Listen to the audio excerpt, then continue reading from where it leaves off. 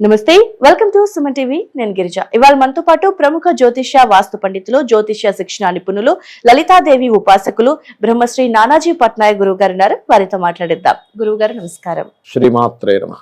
గురుగారు, ఏదైనా ఇంట్లో కానివ్వండి, లేదంటే ఒక మనిషి కానివ్వండి, దుర్భర పరిస్థితులు ఎదుర్కొనేటప్పుడు ఆ సమస్యల్ని అధిగమించడానికి లలితా సహస్రనామంలోని ఏదైనా ఒక నామాన్ని జపిస్తే, అంటే మనకు ప్రతి సమస్యకి ఒక నామం అనేది ఉంటుంది కదా గురుగారు. లలితా సహస్రనామంలోని ఏదైనా ఒక నామాన్ని తెలియజేస్తారా గురుగారు, రకరకాల పరిస్థితుల నుంచి బయటపడడానికి? తప్పకుండా అమ్మా. ఫస్ట్ ఆఫ్ ఆల్ ఏంటంటే, మీరు లలితా సహస్రనామాన్ని పఠించడం ద్వారా ఎందుకు తొలగిపోతుంది అనేటువంటిది మీరు ముందుగా అర్థం చేసుకోవాలి. ఎలా అంటే, చిన్న ఎగ్జాంపుల్ చెప్తాను. మీరు ఒక మొక్కను పెంచుతున్నారనుకోండి. ఆ మొక్క గురించి పూర్తిగా తెలిసినప్పుడు ఏం చేస్తారు? దానికి ఏ ఎరువులు వేయాలి, మొక్క ఎలా పెరుగుతుంది, ఎలాంటి పుష్పాలు ఇస్తుంది, దానికి ఎట్లాంటి, అది ఏ ఔషధంగా మారుతుందని దాని గురించి క్లారిటీ ఉంటుంది. ఈ విశ్వం అనేటువంటిది ఏమిటి, విశ్వం ఎలా రన్ అవుతుందని చెప్పేది లలితా సహస్రనామాలు.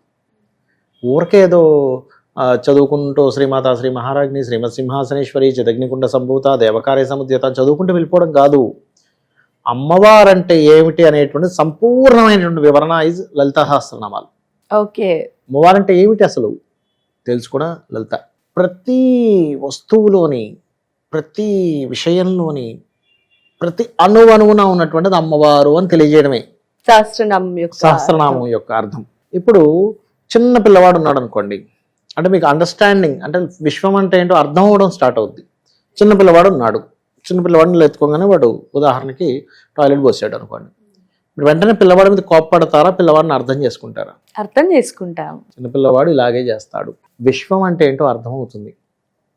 ప్రతి దాంట్లో ఉన్నది అమ్మవారే కదా అని మీకు ఎవరి మీద కోపం రాదు. వచ్చినా అది తాత్కాలికం అవుతుంది, లేదా వాళ్ళు బాగుపడడానికి కోపం అవుతుంది. అది ఇప్పుడు మీరు ఉన్నారు, ఎగ్జాంపుల్, ఒక తల్లి ఉంది, పిల్లవాడు చదవటం లేదు. ఆ కోపం ఎలాంటి కోపం? చదువురా అని చెప్పేది వాడు బాగుపడేటువంటి కోపం, అంతేగాని వాడి మీద ఉండే కక్ష పూరితమైన కోపం ఉండదు. అలా మీకు ఏదైనా సరే కోపం వచ్చినా, ఒకరి మీద చిరాకు పడ్డా, అది అవతల వాళ్ళు బాగుపడేటువంటి కోపంగా మారుతుంది. కోపాలు తాపాలు పోతాయని నేను చెప్పట్లేదు, కానీ ఒక వాళ్ళు బాగుపడితే, అవతల వాళ్ళు బాగుపడితే ఆనందం పెరుగుతుంది. విశ్వం మొత్తం ఎవరో కాదు, ఈ విశ్వంలో ఉన్న ప్రతిదీ అమ్మవారు అనేటువంటి విషయాన్ని తెలియజేయడమే లలితా సహస్రనామాలు. ఇప్పుడు ఇక్కడ ఉదాహరణకి ఒక వ్యక్తికి మానసిక స్థితి సరిగ్గా లేదు, మనస్విని అనేటువంటి నామం ఉంటుంది అందులో. అంటే మనస్సు కూడా నీవే తల్లి. ఇప్పుడు ఆ మనస్సుని అమ్మవారిగా భావిస్తున్నాడు అనుకోండి. ఓం మనస్విని నమః, ఓం మనస్విని. ఆ మనస్సు ఎవరు కదా అమ్మవారు. ఆ మనసులోకి అలా అప్పుడు ఏం చేస్తాడు, ఎలాంటివి చేరుస్తాడు మనసులోకి?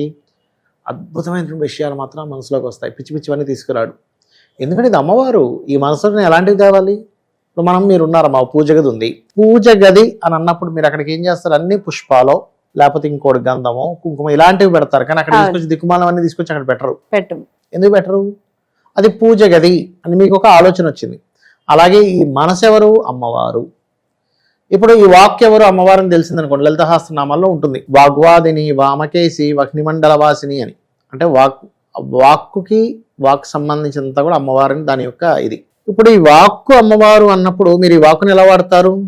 ఆచితూచి వాడాలి. అమ్మవారు కదా. అవును. అంటే లలితా సహస్రనామాల్లో ఇది శక్తి కానటువంటిది ఏది ఉంది? జడ పదార్థమైనటువంటిది కూడా అమ్మవారి. జడం రూపంలో ఉన్నది అమ్మవారే, చలించేటువంటి రూపంలో ఉన్నటువంటిది అమ్మవారే అనేటువంటి స్పృహ ఎప్పుడైతే కలుగుతుందో, ఇప్పుడు ఉదాహరణకి ఇలా ఉన్నామండి, ఇలా కూర్చున్నాం, ఎవరో మనల్ని పలకరించాలి. పలానా ప్లేస్లో ఇలా తడితేనే మనం పలకాలని రూల్ లేదు. ఎక్కడొచ్చి ఇలా అన్నా సరే ఏంటంటే అని పలుకుతాం. అలాగే లలితా సహస్రనామాలు 1000 నామాలు కూడా విశ్వం గురించి పూర్తిగా చెప్పినటువంటి అంశం. ఆ విశ్వం గురించి పూర్తిగా చెప్పిన అంశంలో ఏది దేనికి సంబంధమో తెలుసుకొని దానికి సంబంధించిన మంత్రం చేసుకుంటూ ఉంటాడు. అంటే ఉదాహరణకి ఎక్కువగా ఇబ్బంది పడేది ఏమిటి? ఉద్యోగం కోసం అనుకుందాం కాసేపు. ఉద్యోగాన్ని నడిపేది అంతా అమ్మవారు. దానికి లింక్ ఎక్కడుంది? మనకి ఆస్ట్రాలజికల్ లింక్ కానీ మనకి నామాల్లో ఉండే లింక్ ఏమిటి అంటే, ఆస్ట్రాలజికల్గా దశమ స్థానాన్ని మనం ఉద్యోగ స్థానంగా చెప్తాం. దశమ స్థానం 10th హౌస్ అంటారు ఆస్ట్రాలజీలో. ఆ 10th హౌస్ మానవ శరీరం కావచ్చు, విగ్రహం, ఆ దేవతా విగ్రహానికి కావచ్చు, మోకాళ్ళు దశమ స్థానంగా చెప్తారు. ఇందులో లలితా సహస్రనామాల్లో ఓం మాణిక్య మకుటాకార జానుద్వయ విరాజితాయే నమః, కొన్నిట్లో ముకుటాకార అని కూడా ఉంది. మకుటాకార ముకుటాకార రెండిట్లో ఏదైనా మనం జపించవచ్చు. ఓం మాణిక్య మకుటాకార జానుద్వై విరాజితాయే నమః అంటే అమ్మవారి మకుటములు ఈ మోకాలు ఎలా ఉన్నాయట, కిరీటములు పెట్టినట్టుగా ఉన్నాయట, మకుటములా ఉన్నాయట అని అర్థం. ఇప్పుడు అమ్మవారి మోకాళ్ళకు సంబంధించినటువంటి దాన్ని మీరు ధ్యానించినట్లయితే మీ 10th హౌస్, మీ కర్మస్థానం బాగుపడుతుంది. మీ 10th హౌస్ అంటే ప్రొఫెషన్ స్థానం ఎప్పుడైతే బాగుపడిందో ఆటోమేటిక్గా మీకు ఉద్యోగ సంబంధించినటువంటివి తగ్గుతాయి. అయితే ఇది మొదట్లో మనిషి కామ్యం కోసమే చేస్తూ ఉంటాడు, కానీ తర్వాత తాదాక్ష్యం చెంది దేవి భాగవతంలో అమ్మవారు చెప్తుంది రకరకాల భక్తులు ఉంటాయి మనుషుల్లో, రకరకాల భక్తి మార్గాలు ఉంటాయి. అందులో సాత్వికమైనటువంటి భక్తి చాలా గొప్పదని చెప్తూ ఉంటుంది. కొన్నిసార్లు ఏమో మనిషి కోరిక కోసం చేస్తూ ఉంటాడు, ఇంకొన్నిసార్లు ఇంకో లేదో అయిపోవాలనేటువంటి భావంతో కూడా చేస్తూ ఉంటారు. కొంతమంది చూడండి, కొంతమంది పూజలు అవతల వాడు ఏదో అవ్వాలనేటువంటి, కానీ సాత్విక భక్తి నిర్గుణ భక్తి అని ఉంటుంది. అంటే ఇంకా ఆ భక్తిలో ఎలా అంటే ఎంతసేపు ఒక తల్లి పిల్లవాడికి ఎలా అయితే చేస్తుందో ఎంతో ప్రేమతో ఆ రకంగా భక్తుడు పూజిస్తూ ఉంటాడు. ఇంకొన్నిసార్లు ఏమైపోతాడంటే ఇతను ఆనందం కోసం చేస్తూ ఉంటాడు పూజ, ఆ స్టేజ్కి వెళ్ళిపోతాడు. అలా మీరు ఎటువంటి నామాన్నైనా, ఇప్పుడు ధనం లేదు, ధనానికి ఇబ్బంది అవుతుంది, ఫస్ట్ ఆఫ్ ఆల్ ఏంటంటే నామం చదవడం వల్ల వచ్చేటువంటి ఫలితం కంటే కూడా అసలు అమ్మవారంటే ఎవరో ముందుగా తెలుసుకోండి. భావన ముఖ్యము అంట. భావన అంటే చాలా మందికి అర్థం కాదు. ఏమిటండి భావన, ఏమిటి భావన? ఇప్పుడు మిమ్మల్ని అడిగారు భావన అంటే ఏమిటి, భావన అని వింటుంటారు కానీ దానికి కంప్లీట్ ఐడియా అనేటువంటిది ఉండదు. చిన్న ఎగ్జాంపుల్ చెప్తాను, అంటే మీకు అర్థం అవ్వడానికి అడుగుతున్నాను, తప్పుగా అనుకోకండి. ఇప్పుడు మీరు ఉన్నారు, మీ మదర్ ఉన్నారు, తల్లి అని ఒక భావన ఉందా లేదా మీకు? ఉంది. నా తల్లి. తండ్రి ఉన్నాడు, మా తండ్రి. చెల్లో అక్కో ఉంటారు మీకు, మా అక్క మా చెల్లి. లేకపోతే ఇంకోరెవరో ఫ్రెండ్ ఉన్నారు, ఫ్రెండ్ అని ఒక భావన ఉంది చూసారా? ఒక రిలేషన్కి ఒక భావన ఎలా ఉందో, నా అమ్మవారు, మా ఈశ్వరుడు, నా శివుడు, నా నారాయణుడు అంటే భగవంతుడితో మీరు ఆ భావన కనెక్ట్ చేసుకోవాలి. అది లేకపోతే ఏమవుతుందంటే ఇప్పుడు అక్కడ భక్తి ఉండదు, భయం ఉంటుంది. ఎలా అంటే ఇప్పుడు ఇందాక ఒక వీడియోలో చెప్పాను, ఏం పర్లేదు బెల్లం ముక్క పెట్టినా పర్లేదు అంటే నువ్వు పిల్లవాడికి అలాగే ఆలోచిస్తావా? బెల్లం ముక్క పెట్టినా పర్లేదని. లేదు లేదు లేదు, అరే లంచ్ టైంలో బెల్లం ముక్క ఏంటి, అన్నం పెట్టాలి, కూరలు పెట్టాలి అని అనుకుంటావు అనుకో. నా స్వామి అనుకున్నప్పుడు నీకు ఆటోమేటిక్ అలా చేస్తావు. నువ్వు నా అనే రిలేషన్ మీద ఒక ఫీల్ మీద ఆధారపడి ఉంటుంది. భావన ఈజ్ మోస్ట్ ఇంపార్టెంట్. నా స్వామి, నా అమ్మవారు, నా అమ్మవారికి వాళ్ళు ఏం చేయాలి. భక్తుడు ఎలా ఉంటాడంటే ఎప్పుడూ భగవద్ దాంట్లోనే ఉంటూ అప్పుడప్పుడు లౌకికమైనటువంటి దాంట్లో వచ్చి వెళ్తూ ఉంటాడు. పని చేస్తున్నాడు అనుకోండి, భగవంతుడి కోసమే పని చేస్తున్నట్టుగా చేస్తూ ఉంటాడు. జాబ్ చేస్తున్నాడు, లేకపోతే ఒక వంట వండుతున్నాడు, భగవంతుడి కోసం వండుతున్నాను అని ఫీల్ అవుతూ ఉంటాడు. లేకపోతే ఒక ఏ పని చేస్తున్నాడు, స్నానం చేస్తున్నాడు, గంగాదేవిని చూస్తాడు స్నానంలో, లేకపోతే ఒక పూజ చేస్తున్నాడు, అక్కడ మొత్తం విగ్రహాలు కనబడవు, భగవంతుడే కనిపిస్తుంటాడు. అంటే ఈ లలితాసహస్రనామాలు చదివితే నిజంగానే ఆ ఎనర్జీతో వేదముతో సమానం చెప్తూ ఉంటారు లలితాసహస్రనామాలని.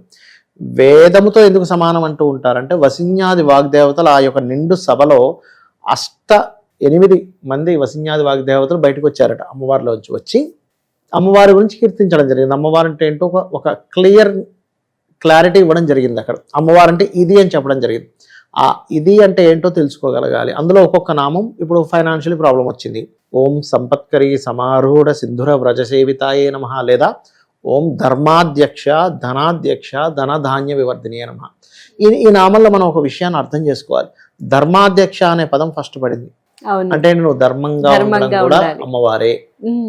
ధనాధ్యక్ష ధనానికి అధ్యక్షురాలు, ధన ధాన్య వివర్ధిని ధనాన్ని ధాన్యాన్ని ఇచ్చేది అమ్మవారు. అంటే నీకు ఎక్కడి నుంచి వస్తుంది? నువ్వేదో కష్టపడుతున్నావు నీకు వచ్చేస్తుంది అనుకుంటే తప్ప, ఏం ప్రపంచంలో ఎవడు కష్టపడలేదా? మరి అందరూ కష్టపడుతున్నారు, అందరికీ ఈక్వల్గా ఎందుకు రావట్లేదు ఒకసారి ఆలోచించండి. నీకంటే బాగా మెరిట్ ఉన్న పర్సన్ కూడా చాలా తక్కువ సంపాదిస్తున్నాడు, నీకంటే ఇంకా తక్కువ దీంట్లో ఉన్నవాడు కూడా ఎక్కువ సంపాదిస్తున్నాడు. ఎందుకు అంటే వాళ్ళు చేసిన పుణ్యకర్మ, వాళ్ళు పెట్టినటువంటి శ్రద్ధ, ఇవన్నీ ఎలా ఉంటాయి. ఒక్కొక్క నామానికి ఇప్పుడు అప్పులు ఎక్కువగా ఉన్నాయి, ఇవాళ రేపు ఓం అపర్ణాయే నమః అద్భుతంగా పనిచేస్తుంది. కాకపోతే మీరు ఇక్కడ ఏంటంటే ఇంక మీరు ఎక్కడా కూడా శంక కానీ భయం కానీ ఇది చేస్తున్నాం కానీ అవుతుందా లేదా అనేటువంటి భావన అక్కర్లేదని చెప్తాను. అంటే ఆ ఆలోచన అక్కర్లేదు. నెగటివ్ ఆలోచన ఎప్పుడైతే ఉందో అయిపోయింది, ఇంకా అవ్వదు. ఎందుకమ్మా చిన్నపిల్లవాడు ఉన్నాడు, మీరు వాడికి చెప్పారు నాన్న నువ్వు ఈసారి మంచి ర్యాంక్ తెచ్చుకోవాలని, కానీ ఎవరు వచ్చినా అసలు వాడి ముందే ఏమో చెప్తున్నాం కానీ వాడేం పెద్దగా చదవట్లేదండి, వాడికి తెచ్చుకున్న వేస్టే అనే ఫీలింగ్ క్రియేట్ అయిపోతుంది. అదేవిధంగా అమ్మవారి విషయంలో కూడా ఓ పక్క చేస్తూ ఉంటాం, ఏమవుతుందో వస్తుందో రాదో అని మీ Oh. మైండ్లో తిరుగుతుందంటే అమ్మవారికి తెలియదా? అన్నీ చూస్తూ ఉంటుంది. ఓ చిన్న చిన్న చీమలను చూసినట్టు చూస్తూ ఉంటుంది అందరినీ.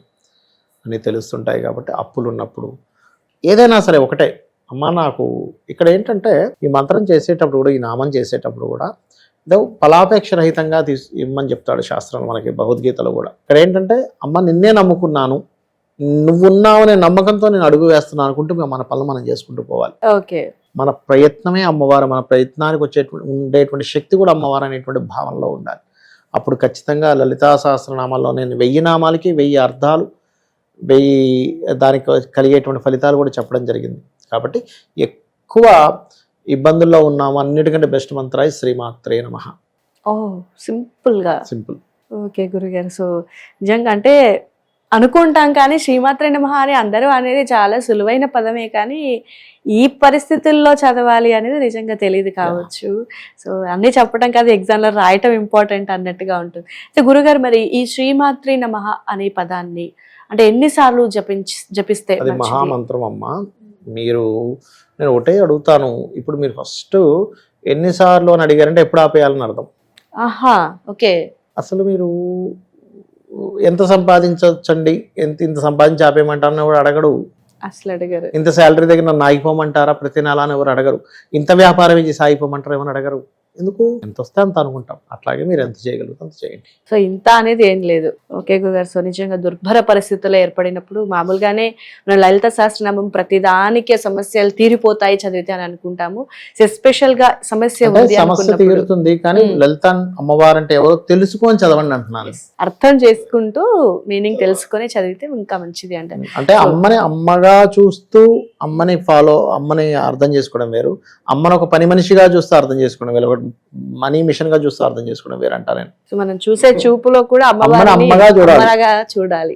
అంటే అమ్మ ఏదో ఇంట్లో పనిచేసే మనిషిగా చూస్తే ఎలా ఉంటుంది? సొంత అమ్మని మనం చేసే మిస్టేక్ అంతా అది. సో వీక్షకులకు అర్థమయ్యే విధంగా సో లలిత అమ్మవారి గురించి, లలిత సహస్రనామం గురించి కూడా చాలా చక్కగా తెలియజేశారు గురువు గారు. ధన్యవాదాలు.